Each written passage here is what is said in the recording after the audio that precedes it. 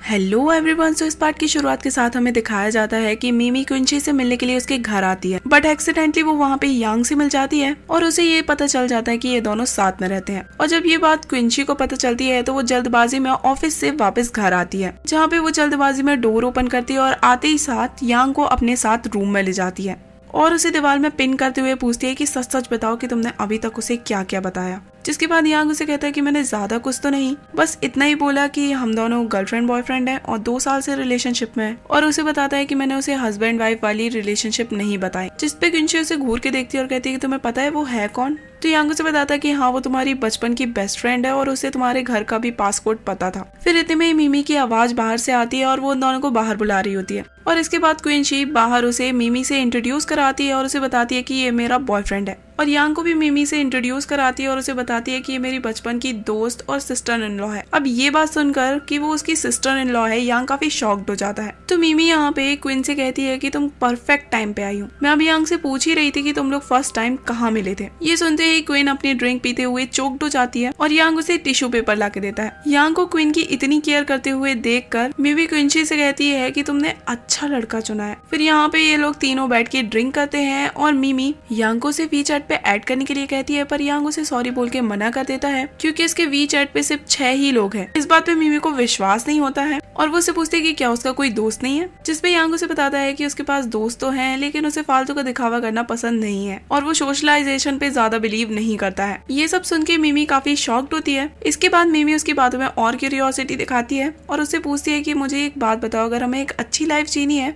तो हमें क्या करना चाहिए। तो यांग उसे प्रॉपर्ली एक्सप्लेन करता है कि हमें ज्यादा कुछ की जरूरत नहीं है, हमें सिर्फ एक घर की जरूरत है और अपना पेट भरने के लिए खाने की, और हम काफी लो बजट के साथ ही अपनी जिंदगी बिता सकते हैं। तो मिमी काफी शॉक्ड होती है और उसे कहती है कि क्या तुम सच में अपनी लाइफ अभी इस तरीके से जी रहे हो। तो यांग कहता है कि नहीं, पर मैं ऐसे ही अपनी जिंदगी जीना चाहता हूँ और ऐसी जिंदगी जीने के लिए अभी मुझे काफी काम करना है। जिसके बाद मिमी चिल्ला के कहती कि नहीं तुम ऐसी जिंदगी नहीं जी सकते हो, ऐसे में तुमसे शादी करने कौन रेडी होगा। और क्योंकि वो थोड़ा सा ड्रंक्ड हो गया था तो यांग यहाँ पे बोलता है कि मैरिज में भी जुगाड़ हो सकता है, पर तभी बीच में क्वीन उसे रोक लेती है और उसे कहती है कि मुझे कुछ सामान चाहिए मार्केट से, क्या तुम ले आओगे। जिसके बाद वो उसे बाहर तक छोड़ती है और उसे कहती है कि अगर तुम इसी तरीके से अपना मुंह चलाते रहोगे तो वो पक्का हमें पकड़ लेगी, और उसे थोड़ी देर के लिए घर से बाहर रहने के लिए कहती है। फिर जब वो वापस अपने रूम में आती है तो यहाँ पे मिमी उसकी क्लास लेने लगती है कि उसने अभी तक उससे ये बात क्यों छुपाई कि वो रिलेशनशिप में है, और वो भी इतने हैंडसम बंदे के साथ। और यहाँ पे वो थोड़ा सा इमोशनल भी हो जाती है बात करते हुए और कहती है कि जब 2 साल पहले तुम जुनहुई के साथ रिलेशनशिप में थी तो सब घर वाले तुम्हारे अगेंस्ट थे, पर मैं हमेशा तुम्हारे साथ थी। पर जब से तुम्हारा ब्रेकअप हुआ और तुम्हारा प्यार पे से विश्वास उठ गया, तब हर समय मैं यही प्रे करती रहती थी कि तुम्हारी जिंदगी में कोई अच्छा लड़का है, और तुम्हारे लिए मुझे इतनी टेंशन होती थी, पर फिर भी इस दौरान तुम एक बंदे को डेट कर रही थी और मुझे बताया तक नहीं। उसकी ये सारी बातें सुन के क्वीन भी इमोशनल हो जाती है और रोने लगती है। वहीं दूसरी ओर हमें क्वीन की असिस्टेंट फीफी को दिखाया जाता है जो कि जुनहुई को कॉल करके उससे बात कर रही होती है, और यहाँ पे वो उसे बताती है कि आज उसकी बॉस यानी कि क्विंची मुझसे तुम्हारे बारे में पूछ रही थी। तो जुनहुई से पूछता है कि क्या तुमने उसे बता दिया कि हमारे बीच में क्या रिलेशनशिप है। तो फीफी कहती है कि नहीं, मैंने किसी को भी कुछ भी नहीं बताया। एक्चुअली में कुछ देर पहले क्विंची ने फीफी को अपने कैबिन में बुला के जुनहुई के बारे में इन्वेस्टिगेट करने के लिए कहा था, क्योंकि उसे शक था कि वो मिसेस लैंग की कंपनी के ऊपर इन्वेस्टिगेशन कर रहा है या तो फिर उनका कोई लीगल केस हैंडल कर रहा है। पर यहाँ पे क्विंची को जरा सा भी नॉलेज नहीं होता है कि फीफी उसकी गर्लफ्रेंड है। फिर बैक टू प्रेजेंट जुनहुई समझ आता है कि क्विंची से फीफी ने उसके बारे में क्यों पूछा होगा, क्योंकि उसने उसे मिसेस लैंग की पार्टी में देखा था और अब वो क्यूरियस है कि वो वहाँ पे कर क्या रहा था ये जानने के लिए। इस सब बातों के बाद जुनहुई घर जाने की जगह यू टर्न लेते हुए क्विंची के घर पहुंच जाता है और उसके अपार्टमेंट के बाहर खड़े होके अपने पुराने पास्ट के बारे में सोचने लगता है। और हमें फ्लैशबैक में दिखाया जाता है कि ये दोनों ही इस अपार्टमेंट में साथ में रहते थे और ये दोनों ही साथ में काफी खुश थे और एक दूसरे से जल्द ही शादी भी करना चाहते थे, पर ऐसा कुछ भी नहीं हुआ। बैक टू प्रेजेंट वो ये सारी चीजें सोच के काफी दुखी होता है। फिर तभी जुनहुई यांग को अपार्टमेंट पे जाते देखता है और उसे कहता है कि क्या तुम यहीं पे रहते हो। जिसपे यांग उसे देख के बिल्कुल भी खुश नहीं होता और कहता है कि हाँ वो यहीं पे रहता है, और उसे पूछता है कि क्या वो यहाँ पे क्विंची से मिलने के लिए आया है। तो जुनहुई उसे झूठ बोलता है कि वो बस यहाँ पे एक क्लाइंट से मिलने के लिए आया था और सिर्फ क्विंची इस बिल्डिंग में नहीं रहती है। इसके बाद यांग वहाँ से चुपचाप जाने लगता है तो जुनहुई से कहता है कि अगर इस अपार्टमेंट के टैंक्स खराब हो जाए तो तुम इन्हें नीचे से आके रिपेयर कर सकते हो।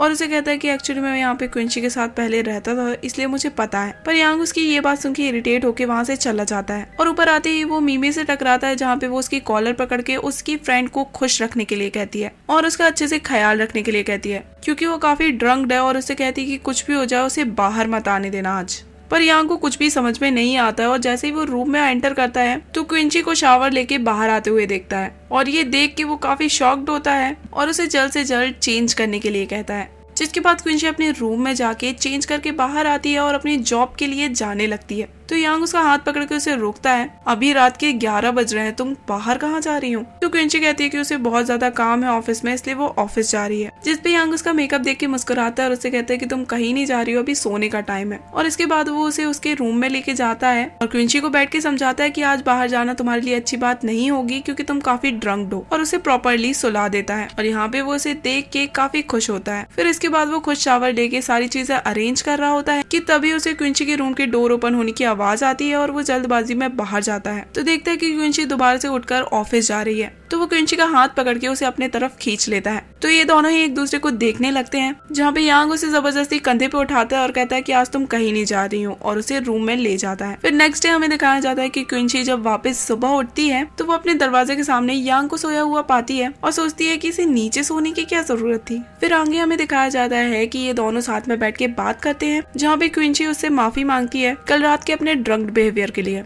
और यांग यहाँ पे उसे कहता है कि हमें कुछ ऐसे प्रिकॉशंस लेने चाहिए जिससे उनकी रिलेशनशिप के बारे में और ज्यादा लोगों को ना पता चले। और क्विंची उससे कहती है कि अब वो अपने कलीग्स और लोगों को बता देगी कि उसके हस्बैंड की छुट्टियां अब खत्म हो गई थी, तो वो वापस अपने फैमिली के पास चला गया है और इस तरीके से सब कुछ सॉर्ट आउट हो जाएगा। पर अभी भी यांग की तरफ से उसकी मॉम के साथ उसकी प्रॉब्लम सॉर्ट आउट नहीं हुई थी, जिसपे क्विंची उससे कहती है कि वो जब तक चाहे वो यहाँ पे रह सकता है, क्योंकि उसने उसकी अब तक बहुत हेल्प करी, और क्योंकि वो कुछ ग्रोसरीज और कल एक प्लांट खरीद के लाया था तो वो उससे उसके पैसे पूछती है। जिसपे यांग उससे कहता है कि नहीं उसे पैसे देने की कोई जरूरत नहीं है। तो क्विंची उससे कहती है कि नहीं, तुम्हारे पास वैसे ही पैसे नहीं है। और ये बात उसकी बेचारे यांग को काफी बुरी लगती है। तो वो उसे समझाने लगती है कि नहीं उसके कहने का ये मतलब नहीं था। पर यांग गुस्सा होकर वहाँ से जाने लगता है तो क्विंची उसका पैंट पकड़ के उसे रोकती है और ऐसा करके खुद ही एम्बैरेस फील करके उसे छोड़ देती है और जाने देती है। फिर थोड़ी देर बाद यांग वापस आता है अपने प्लांट पे पानी डालने के लिए, जिसपे क्विंची उसका मूड ठीक करने के लिए उससे पूछती है कि इस मिंट प्लांट की फ्लावर लैंग्वेज क्या होती है, जिसपे यांग उसे जानबूझ के गलत मीनिंग बताता है और क्विंची समझ जाती है तो वो अपने गूगल पे सर्च करने लगती है। तो यांग उसे ऐसा करने से रोकता है, पर क्विंची सर्च करके उसे बताती है कि इसका मीनिंग एटर्नल लव होता है। और ये जानने के बाद कि वो जो प्लांट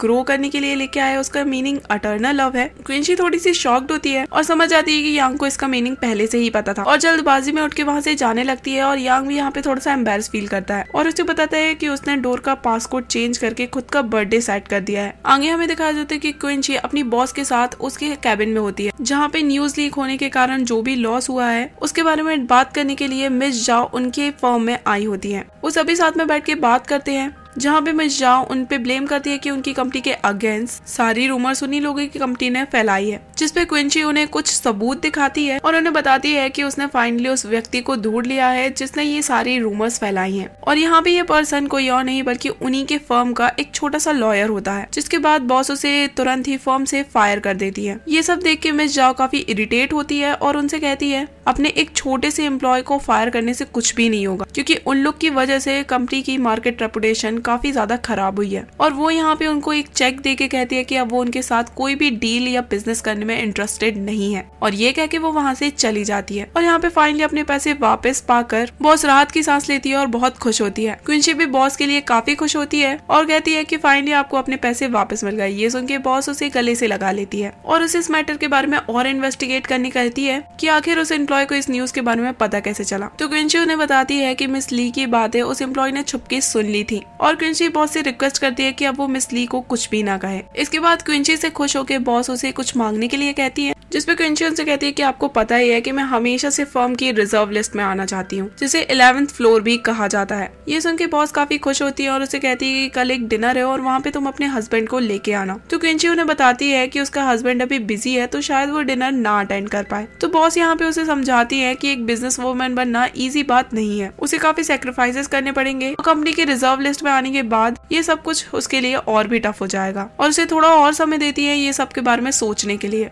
वहीं दूसरी ओर हमें मिमी को दिखाया जाता है जो कि फाइनली अपने हस्बैंड से डिवोर्स लेने के लिए तैयार होती है और उसका हस्बैंड भी फाइनली डिवोर्स पेपर पे साइन कर देता है, जिसके बाद वो उसे उसकी कार की कार्ड सब कुछ लौटा देता है और मिमी से कहता है कि भले ही उसके पास इस डिवोर्स के बाद कुछ भी ना बचे पर वो इसके बाद काफी खुश रहेगा, और ये कह के वो वहाँ से चले जाता है, जबकि असलियत में वो काफी ज्यादा फ्रस्ट्रेटेड होता है। और इसी के साथ ये पार्ट यहीं पे एंड होता है। तो see you guys in the next part.